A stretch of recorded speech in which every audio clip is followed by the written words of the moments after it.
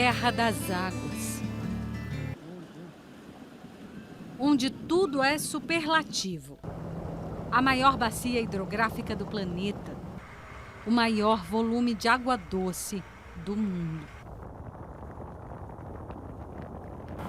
A água é mais que a essência da vida. É casa, caminho.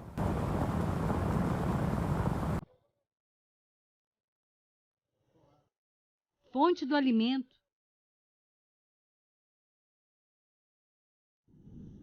Fonte do trabalho.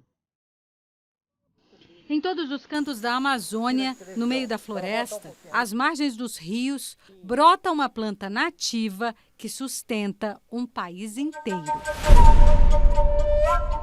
Bom, a mandioca é a raiz do Brasil. Não se pode falar de mandioca, na medida que você a conhece, sem uma certa dose de entusiasmo. Isso porque ela tem um papel fundamental na vida do brasileiro, desde o passado mais longínquo, quando o colonizador europeu chegou, até os momentos atuais.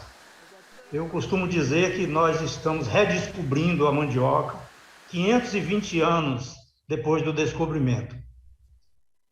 Isso porque são tantas as formas de utilização que a mandioca apresenta que surpreende não só quem lida com mandioca, mas surpreende o mundo. Chega mesmo a ser considerada pela FAO, através, que é um órgão das Nações Unidas, da ONU, como o alimento do século XXI. Aqui, ó. No sul do Amazonas, o plantio que Dona Maria Apurinã aprendeu com a mãe, ensinou aos filhos e netos, compartilhando a sabedoria da sobrevivência. Nós não podemos viver sem ter o nosso pão na nossa mesa. A nossa farinha é importante, a fruta é muito importante, mas nós temos que ter o nosso pão, a nossa farinha na nossa mesa. Porque da mandioca a gente come a farinha, como o beiju, como a tapioca, come vários, como o grolô, assim, que é um coisa que a gente faz, um escaldado assim na massa para comer com peixe assado. Tudo isso é importante para a mesa do indígena. Sem falar nas frutas, que as frutas a gente sabe que as frutas são ricas em vitaminas. Nós plantamos macaxeira, plantamos minerva e plantamos vários tipos de macaxeira. A macaxeira, que muita gente tem para fora, chama mandioca. Aí ninguém sabe qual é a mandioca nem a macaxeira. Nós aqui já temos essa qualidade. Tem a macaxeira pão, tem a macaxeira caboquinha, tem a manteiga, tem a macaxeira vara, tudo é o tipo de macaxeira. A iguaria que dava força e saúde aos indígenas foi parar na carta de Pero Vaz de Caminha ao rei de Portugal, na época do descobrimento do Brasil. Existia na esquadra de Cabral o escrivão do descobrimento, o Pero Vaz de Caminha. E o Pero Vaz de Caminha, na primeira carta, que é o registro da agricultura brasileira, ele dizia o seguinte ao rei de Portugal: eles não lavram nem criam. Aqui não há boi, nem vaca, nem cabra, nem ovelha, nem galinha, nem qualquer outra criação que acostumada seja ao viver dos homens. Ou seja, era tudo muito primitivo. Era índio, mata e bicho, né? E encontrou, então, os nativos, os índios, fortes, robustos. Aí ele faz uma alusão aos nativos. São tão rígidos, tão nédios, nédios é uma expressão portuguesa da época, de pele lustrosa, que não o somos com tanto trigo e legumes que comemos. E quando se referia ao alimento básico deles, dizia: eles não comem senão de outra coisa, a não ser do inhame que brota da terra. O inhame a que ele se referia, ele fez uma ligação, uma analogia, porque os países de língua portuguesa, né, colonizados, Angola, Guiné-Bissau, alguns à época já colonizados, mandavam o inhame para Lisboa. Ele não conhecia a mandioca.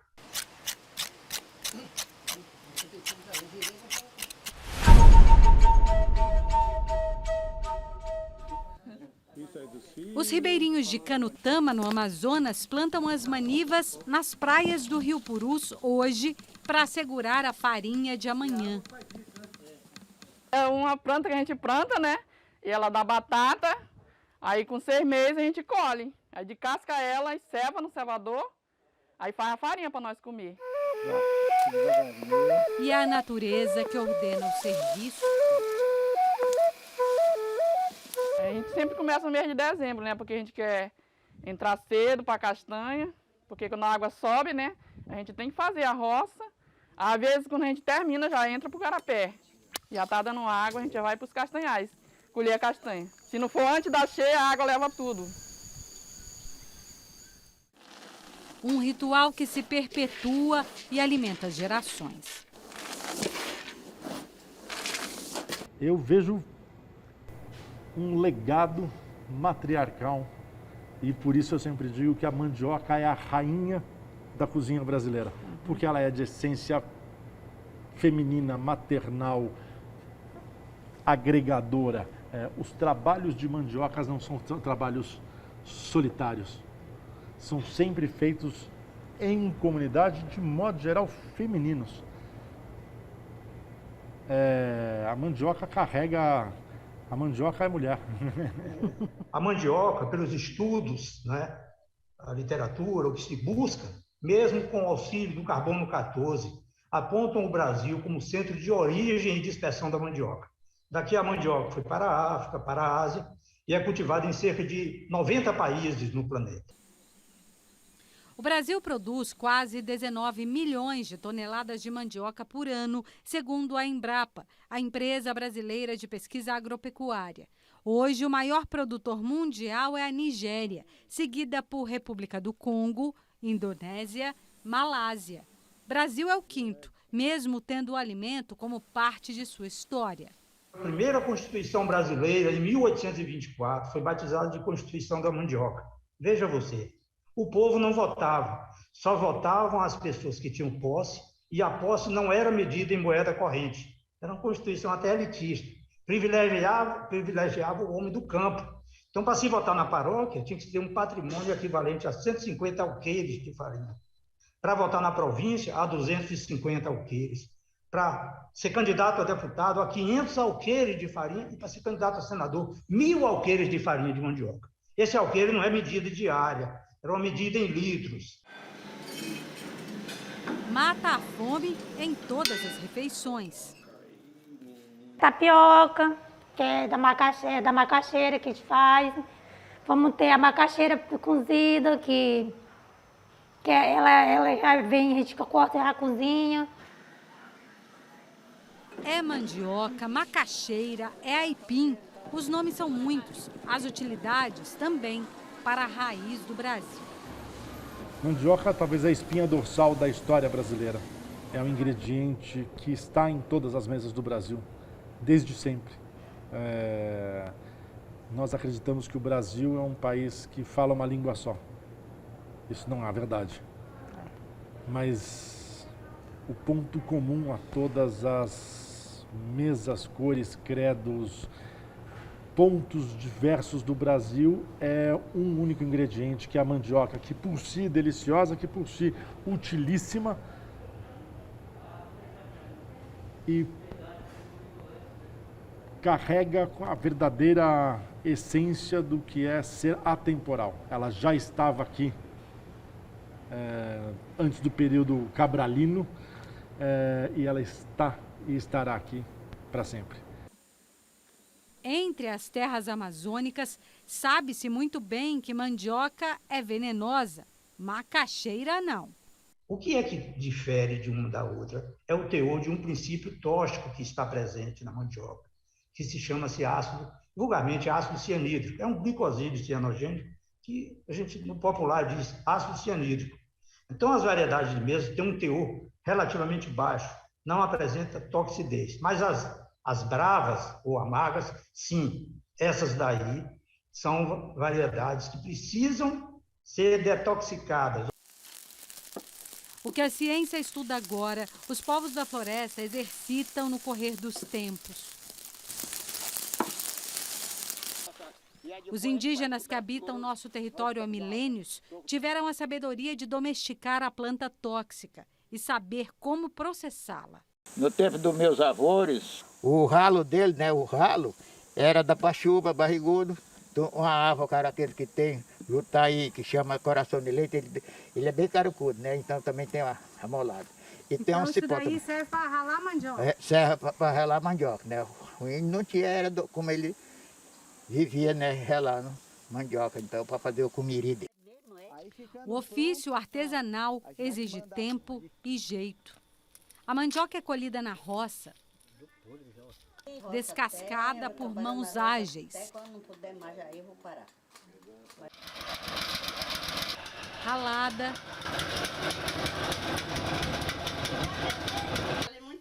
Colocada de molho por 7 dias. Assim, a substância tóxica fica na água. A goma que resta dá origem à farinha. Farinha no prato, aumenta o que está pouco, esfria o que está quente e engrossa o que está ralo.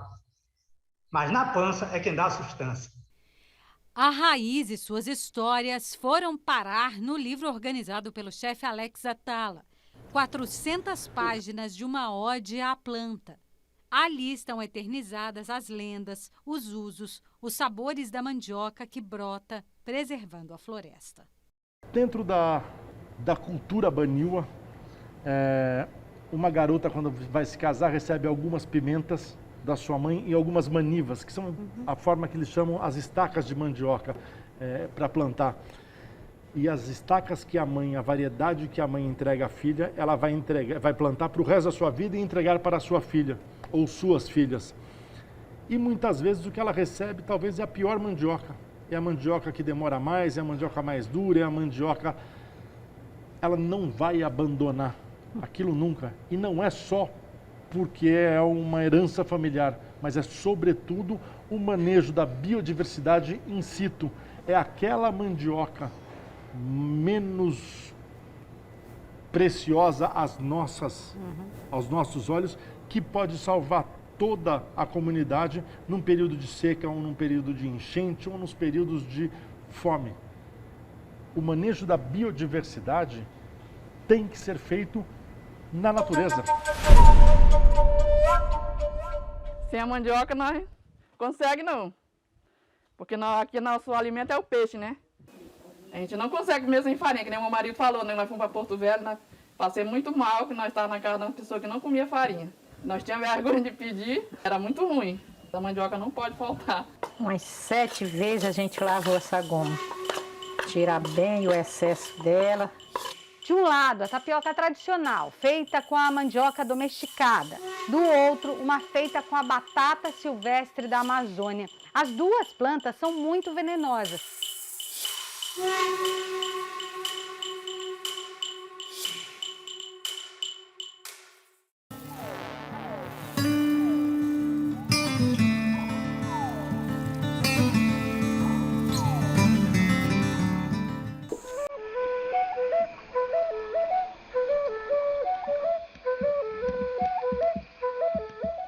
Uma floresta pujante que ocupa metade do território nacional. Brota sobre solo pobre. É a própria Amazônia e a interação entre suas espécies e suas águas que garantem a fertilidade da terra. Entre as tantas riquezas que só germinam aqui e em nenhum outro lugar do mundo, está também uma batata nativa que se espalha em meio à mata. Essa aqui é a batata, o nome dela científico é Cassimirella ampla. E então, provavelmente a planta uma das mais importantes para os Hermerimã. Nativa da Amazônia, assim como a mandioca, sem semente nem cultivo, nasce e cresce por vontade própria. A Cassimirella ampla virou objeto de estudo e admiração do indigenista da FUNAI, Daniel Canguçu. E aí os Hermerimã cortam essa batata, quando ela está muito grande eles cortam ela em pedaços para transportar para o acampamento. Aí ralam a batata, espremem e aí esperam decantar essa fécula. Eles têm cerâmicas, os Hermerimã, e aí eles vão lavando essa goma e repetindo esse processamento algumas vezes. Até que a coloração típica do veneno, vermelhada do veneno, saia e a goma fique adequada para fazer pães, bolos, mingau. Ela chega a pesar 200 quilos. Depois de andar pela mata e suar a camisa, ele retira da terra uma batata de 25 quilos, tão grande quanto venenosa. Essa aqui é uma batata. Uma.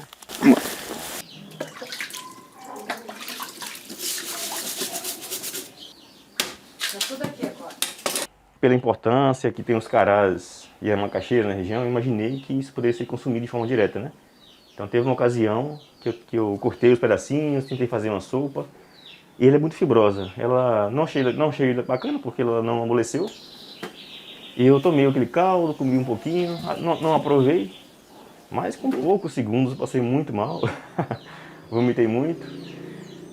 Mas não teve mais problemas. Quando eu conto essa história para alguns amigos, né, botânicos, eles falam que não é possível. Você tinha que ter morrido porque essa batata é mais venenosa, umas 8 vezes mais do que a mandioca, né? Então a possibilidade de intoxicação é muito grande. Mas aí deu tudo certo. Aí eu aprendi a lição.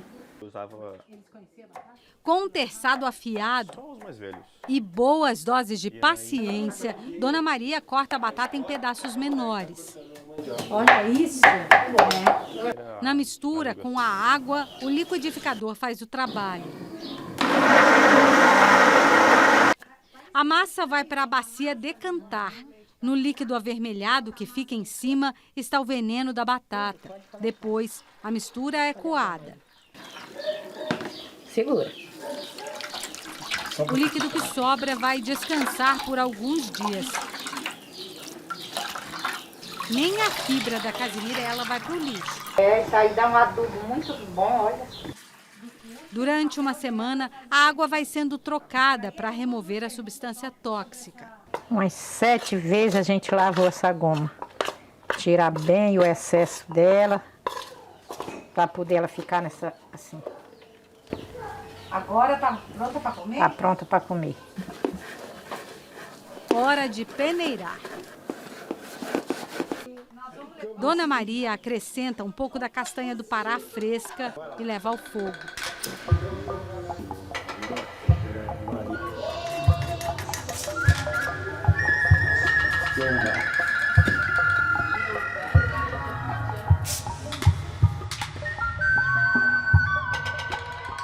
De um lado, a tapioca tradicional, feita com a mandioca domesticada. Do outro, uma feita com a batata silvestre da Amazônia. As duas plantas são muito venenosas, mas as técnicas de processamento ancestrais, desenvolvidas inclusive pelos indígenas, extraem o veneno. Dá para comer com segurança. E quando temperada com uma pitada de castanha e tucumã, ganha muito mais sabor.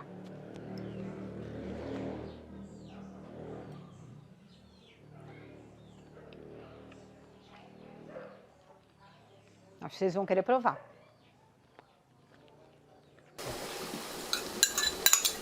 Os sabores da Amazônia.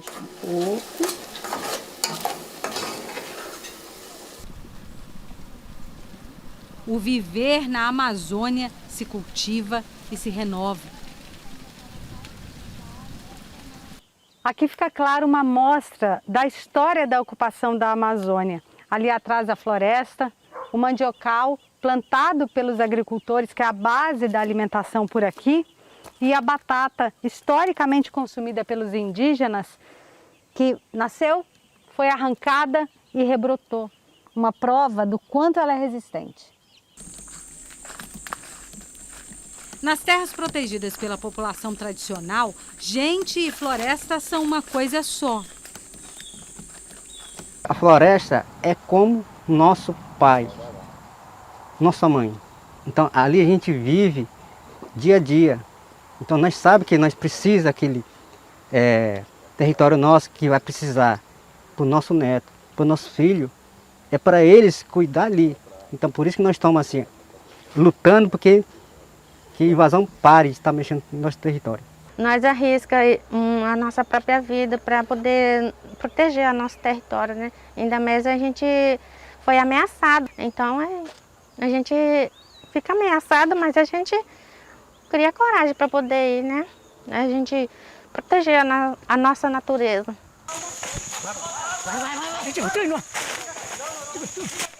E as ameaças vêm de todos os lados. Essas imagens foram gravadas pelos próprios indígenas da etnia Uruauau, em Rondônia. Eu não conheço nada aqui dentro, primeira vez que eu vim. Calma aí, fala com calma. O senhor sabe que aqui é uma terra indígena, para gente falar? Sim. A equipe de fiscalização da terra indígena localiza um invasor. A gente só está usando arco e flecha por causa que é nosso trabalho e nós estamos monitorando. Com ele, armas e munições. Ó, cartucho, algumas coisas. A gente se sente muito triste, muito, tipo, revoltado, né? Porque aquilo é nosso, né? E a gente está preservando, né? Para as futuras crianças da nova geração, né? Pode vir netos, filhos, para eles poderem também aí ver e crescer e ver o quanto foi cuidados pelos anciões, né? O território Uruauauau fica a 350 quilômetros de Porto Velho.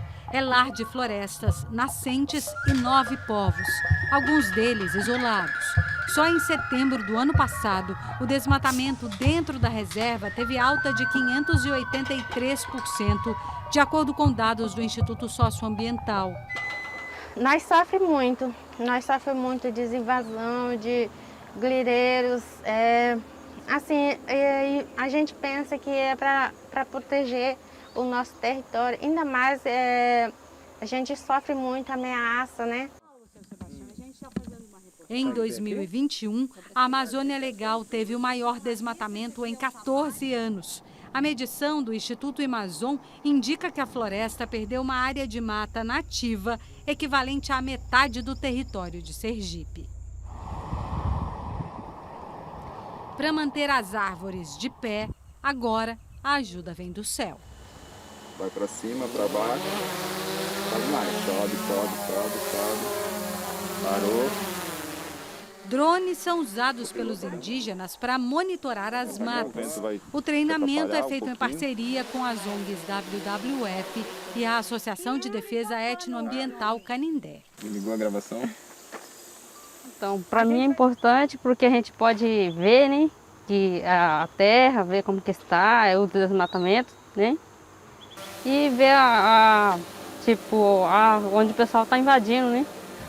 Agora, mais seguro com drone, mais fácil, porque a gente está trabalhando, continuando o trabalho, sabe, para não ter risco de nossa vida. Facilita muito o nosso trabalho. A gente vai no local lá, a gente tira fotográfico, a gente faz relatório e manda para o Ministério Público Federal e a própria FUNAI também sabe que existe gente lá. Olha no drone, sobe de novo. Um olho no céu para garantir a sobrevivência da floresta e os benefícios que ela traz, para dentro e para fora da terra indígena. Aqui em Rondônia a gente ainda tem a sorte, né, muito por conta do trabalho que esses povos indígenas vêm fazendo em cuidar das suas terras, como por exemplo os Uruauauau, onde nascem o rio Cautário, o rio Jamari, o rio Candeias, que são rios importantes para vários municípios aqui de Rondônia, onde eles conseguem cuidar da nascente desses rios. E aí quem está aqui fora, que somos nós, a gente consegue beber água, a gente consegue tomar banho ainda, a gente consegue ter lazer, consegue tirar sustento desses rios, né? E a gente não paga nada para esses povos indígenas. Na verdade a gente devolve com discriminação, com preconceito e com morte, porque eles estão morrendo, eles estão sendo mortos por conta disso, dessa proteção que eles estão fazendo dessa nascente. Então é uma conta que ela não é justa. Se você pensar que a descoberta para uma série de doenças para a humanidade pode estar dentro dessas florestas, isso é mais do que um motivo para protegê-las. Tinha que ser uma luta da humanidade, né? Tem que ser uma luta humanitária, da humanidade, né? A humanidade tem que olhar para os povos indígenas, para os quilombolas, para os extrativistas e pensar, olha, vou proteger essas áreas, porque protegendo, eu estou protegendo o clima e eu estou protegendo o planeta para todos, para todos. Pela gente da Amazônia, pelas árvores da Amazônia. Cada rio, cada ave. Urgente é ouvir o apelo da floresta, antes que vire lamento, antes que seu canto entre em extinção.